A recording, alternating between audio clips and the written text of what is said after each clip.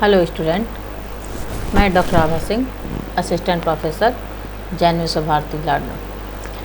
हमने पिछले अपने वीडियो में पढ़ा था आदर्शवाद के अनुसार पाठ्यक्रम कैसा होना चाहिए, और हमारे इस वीडियो में हम पढ़ेंगे कि प्रकृतिवाद के अनुसार पाठ्यक्रम कैसा होना चाहिए या प्रकृतिवाद शिक्षा के बारे में प्रकृतिवाद के अनुसार क्या विचार है। जैसा कि आप सब जानते हैं, प्रकृतिवाद के जो प्रवर्तक हैं वो रूसो हैं। रूसो जो हैं उसके अलावा अगर हम प्रकृतिवादियों में नाम अगर गिनते हैं तो बेकन है, डार्विन है, हर्बर्ट स्पेंसर हैं। ये प्रमुख प्रकृतिवादियों में इनका नाम शामिल होते हैं। वास्तव में प्रकृतिवाद की जो उत्पत्ति हुई थी, जो कंसेप्ट आया प्रकृतिवाद का, वो उस समय की समाज की जटिलताओं की वजह से आया था कि जिस प्रकार से समाज में जो जटिलताएं आ रही थी, आदर्शवादी जो विचारधाराएं थी वो बहुत कठोर हो गई थी और उसके अनुसार जीवन जो जीना है वो बड़ा कठिन होता जा रहा था। तो इस जो जैसे जैसे इसमें लचीलेपन की कमी आती गई, वैसे वैसे ये विचार जो है वो प्रबल होता गया। प्रकृतिवाद के बारे में साल्वे जो हैं वो कहते हैं कि हम इसे नकारात्मक रूप से भी परिभाषित कर सकते हैं कि ये कहता है कि प्रकृतिवाद जो है वो स्वाभाविक तथा सृजनात्मक कार्यों का श्रेय मानव शरीर को नहीं देता है। उसके अनुसार जितनी भी स्वाभाविक क्रियाएं हैं वह सब प्रकृति के द्वारा घटित होती हैं, प्रकृति के अंदर घटित होती हैं, उसमें मनुष्य का कोई रोल नहीं होता। प्रकृतिवादी विचारधारा जो है वो मानव के धार्मिक एवं सामाजिक बंधनों से मुक्त होने की बात करता है। प्रकृतिवाद कहता है प्रकृति की ओर लौटो, समाज के बंधनों को छोड़ो। रूसो जो हैं, जो कि एक स्वच्छंद प्रवृत्ति के व्यक्ति थे, उन्होंने इसी समाज में जो रूढ़ियाँ में जो विसंगतियाँ आ गई थी उनसे क्षुब्ध होकर के ही प्रकृतिवाद का प्रतिपादन किया।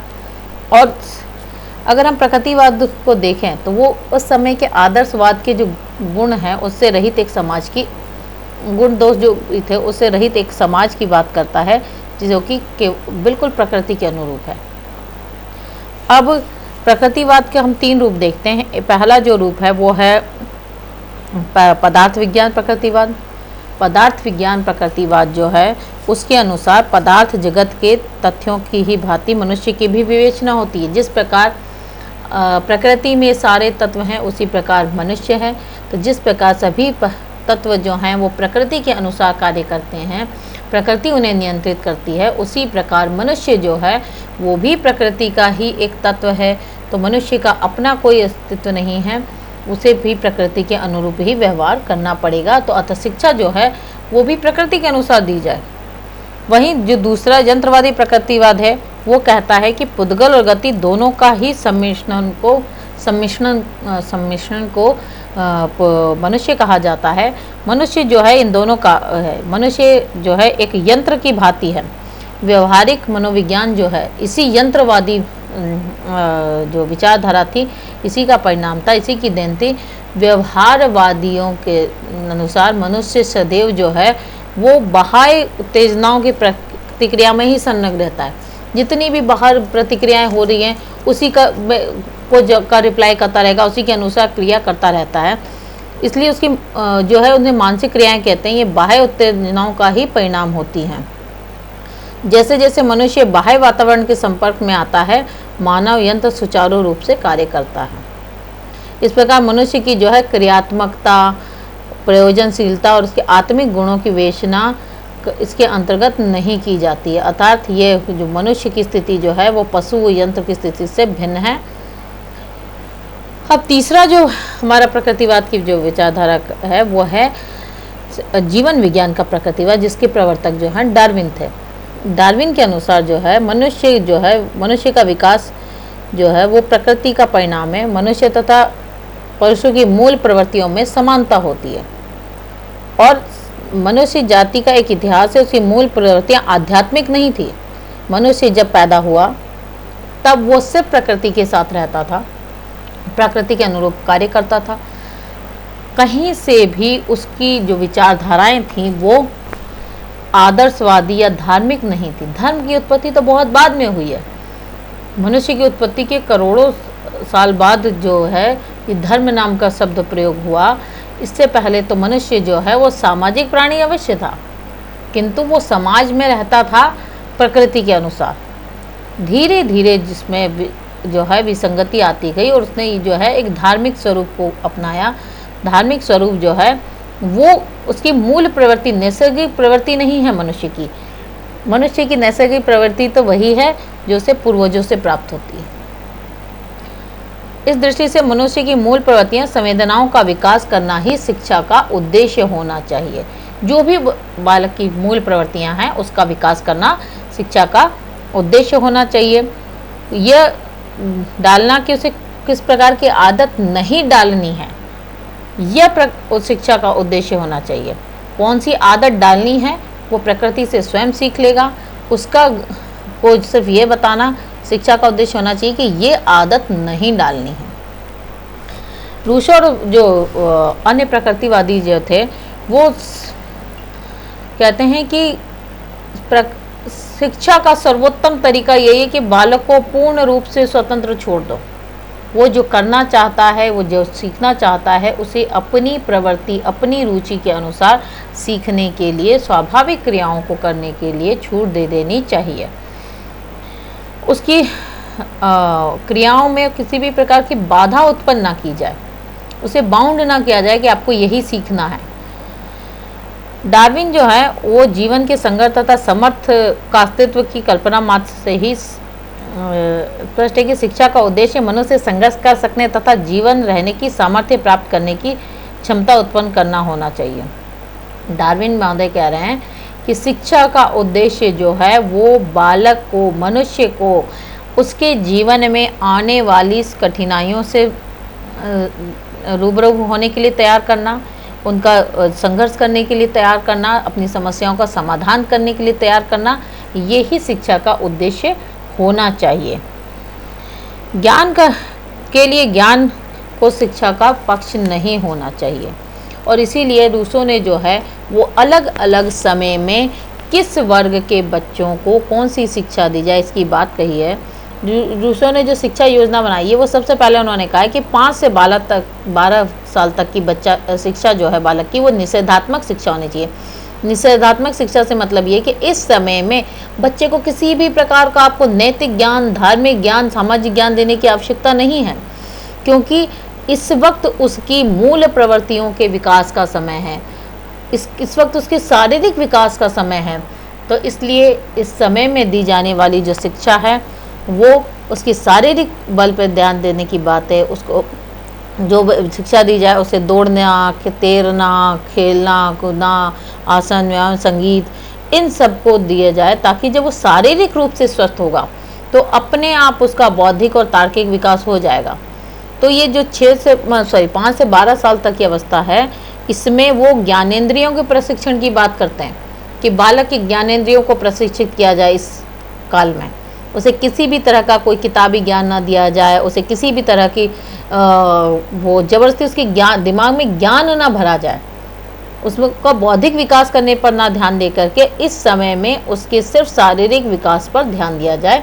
जब बच्चे का शारीरिक विकास अच्छे से होगा तो अपने आप उसका बौद्धिक विकास अच्छा होगा और वो आगे चल करके अच्छे से अपना ज्ञान प्राप्त कर लेगा।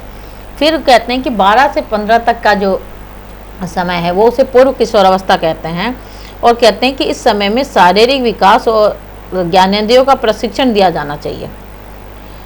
इसके साथ ही तर्क शक्ति भी विकसित हो चुकी होती है। अतः इस समय में बौद्धिक शिक्षा की व्यवस्था की है, आगे की व्यवस्था की तैयारी है जिसमें बौद्धिक तथा सामाजिक शिक्षा प्राप्त करेगा।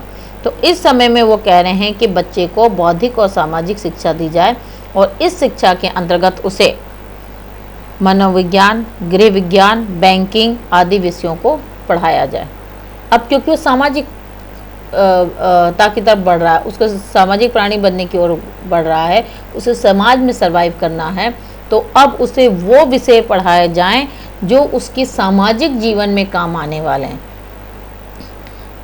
उसके बाद कहते हैं, रूसो कहते हैं कि जब उसका शारीरिक विकास हो गया बाल्यावस्था में 5 से 12 में, फिर 12 से 15 में जब उस किशोरावस्था में उसको आपने उसका सामाजिक विकास कर दिया, देन उसकी बारी आती है कि उसके बाद 15 से 25 साल तक के बीच में विद्यार्थी को अब नैतिक शिक्षा और सामाजिक शिक्षा दी जानी चाहिए, क्योंकि इस वक्त इस एज में आकर के उसका शारीरिक विकास पहले हो चुका है, फिर उसका आपने बौद्धिक विकास कर दिया, अब नैतिक विकास आना चाहिए। मतलब वो बालक की शिक्षा की जब बात कर रहे हैं, पाठ्यक्रम की बात कर रहे हैं, तो प्रकृतिवाद कहता है कि प्राथमिक स्तर पर पढ़ाए जाने वाले विषय जो हैं वो बच्चे का ज्ञान वर्धन की बजाय उसमें सृजनात्मकता का विकास करने वाले होने चाहिए, उसमें उसको शारीरिक रूप से विकसित करने वाले विषय होने चाहिए। इसलिए इस समय में प्राथमिक शिक्षा में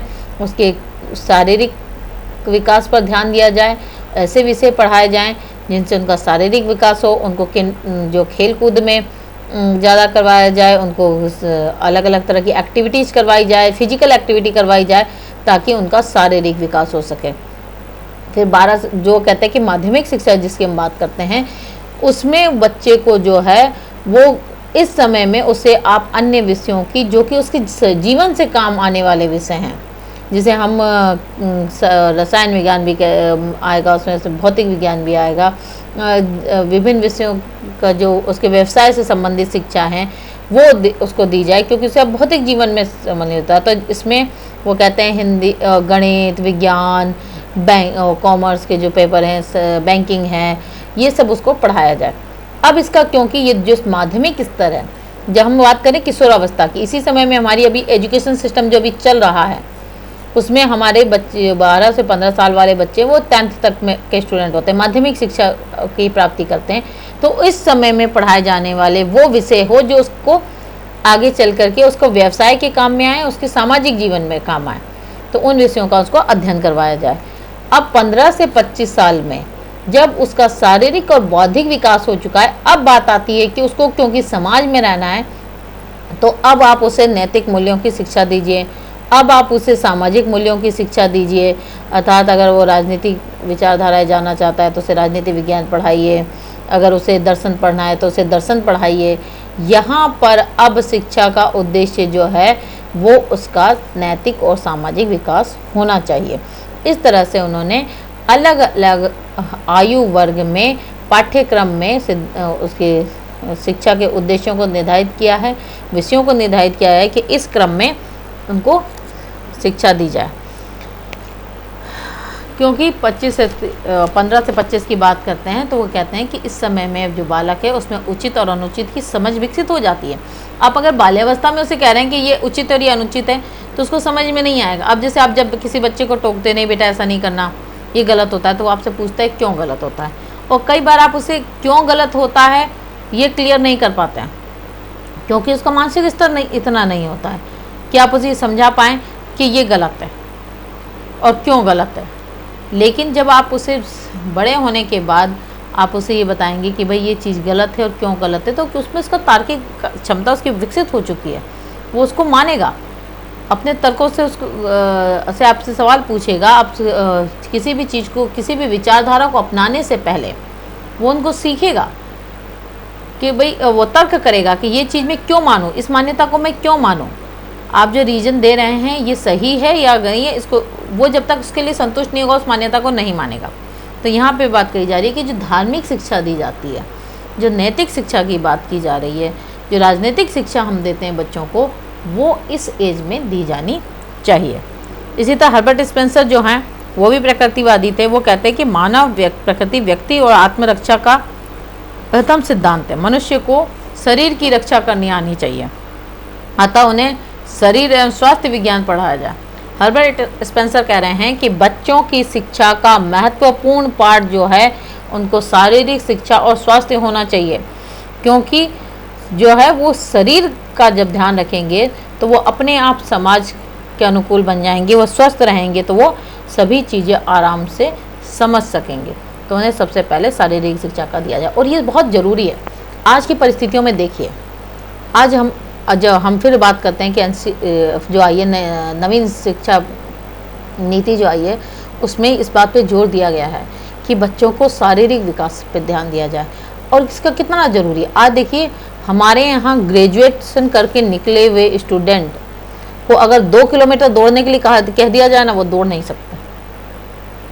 स्पोर्ट्स में कितने कम बच्चे होते हैं हमारे यहाँ यूनिवर्सिटी कॉलेजेस में आने वाले स्टूडेंट जो हैं वो कितने कम ऐसे हैं जो स्पोर्ट्स में पार्टिसिपेट करते हैं, एनएसएस में पार्टिसिपेट करेंगे, एनसीसी में पार्टिसिपेट करेंगे। इनका जो रेशियो है वो 1% भी नहीं होता टोटल स्टूडेंट का, जबकि होना क्या चाहिए।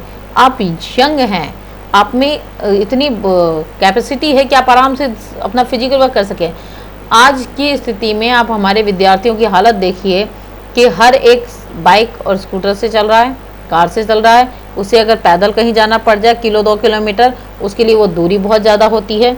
उसे आप ज़रा 100 मीटर दौड़वा लीजिए, उसकी सांस फूल जाती है, कई तरह की बीमारियों से ग्रसित हैं, मानसिक अवसाद उनको हो रहा है। और ये सिर्फ इसीलिए है क्योंकि वो शारीरिक रूप से स्वस्थ नहीं है। तो शिक्षा का पहला उद्देश्य जो है हर्बर्ट स्पेंसर के अनुसार उन्हें अपने शरीर और स्वास्थ्य के प्रति जागरूक करना होना चाहिए। उसके बाद फिर जो है उसके वैज्ञानिक विषय और सामाजिक विषय तो गौण है, उसके बाद वो ये विषय पढ़ाए जाएं। अतः हम कह सकते हैं कि प्रकृतिवादी जो है वो बालक के अनुभव, उनकी अभिरुचियों, योग्यताओं और क्रियाओं को ही पाठ्यक्रम का आधार मानती है। प्रकृतिवाद के अनुसार बालक को वो सिखाया जाए जो वो सीखना चाहता है, जिसमें उसकी रुचि है। हम उसे बांध देते हैं कि भाई आपको, अगर आप आर्ट्स ह्यूमैनिटीज़ ले रहे हैं तो आपको हिंदी, पॉलिटिकल साइंस, लिटरेचर, ये जो है इतिहास, सिविक्स, यही पढ़ना पड़ेगा, ये हमारे यहाँ कॉम्बिनेशन है। आप इसके अलावा अगर आपको इतिहास में भी रुचि है और आपको केमिस्ट्री में भी रुचि है तो आप ये 2 सब्जेक्ट एक साथ नहीं पढ़ सकते हैं, ऐसा नहीं होना चाहिए। और ये अभी जो नई शिक्षा नीति आई है उसमें भी यही कहा गया है। ये जो इंटीग्रेटेड अप्रोच आई है हमारी इस नई शिक्षा नीति में, वो इस प्रकृतिवाद के अनुसार ही आई है, उनके विचारधारा के अनुसार ही तो उन्होंने ली है कि भाई अगर बच्चा मैथ्स पढ़ रहा है लेकिन उसको संगीत में भी रुचि है तो उसे संगीत भी पढ़ने दिया जाए। उसे क्यों बांधा जा रहा है कि आप मैथ लिया तो आप फिजिक्स और केमिस्ट्री ही पढ़ेंगे, आप इसके अलावा कोई दूसरा सब्जेक्ट नहीं पढ़ सकते हैं, जबकि उसका इंटरेस्ट तो म्यूजिक में भी है, मैथ भी उसकी अच्छी है, उसकी म्यूजिक भी में भी इंटरेस्ट है, तो उसको दोनों पेपर पढ़े दिए जाने की आज़ादी होनी चाहिए ना। और प्रकृतिवाद यही कह रहा है कि उसकी योग्यता और रुचि के अनुसार उसे शिक्षा दी जाए, तभी वह सफल होगा। जब व्यक्ति जो है अपनी रुचि के अनुसार शिक्षा प्राप्त करेगा तो वो उसको ज़्यादा अच्छे से पढ़ेगा, रटना नहीं। बच्चे की जो बौद्धिक विकास पर न जोर देके उसके संपूर्ण व्यक्तित्व के विकास के लिए आवश्यक है कि स्टेप बाय स्टेप उसे पहले शारीरिक रूप से सक्षम किया जाए, उसे स्वस्थ किया जाए, उसका विकास किया जाए, देन उसका बौद्धिक विकास किया जाए और उसके बाद उसका जो है आध्यात्मिक और सामाजिक विकास किया जाए। Thank you.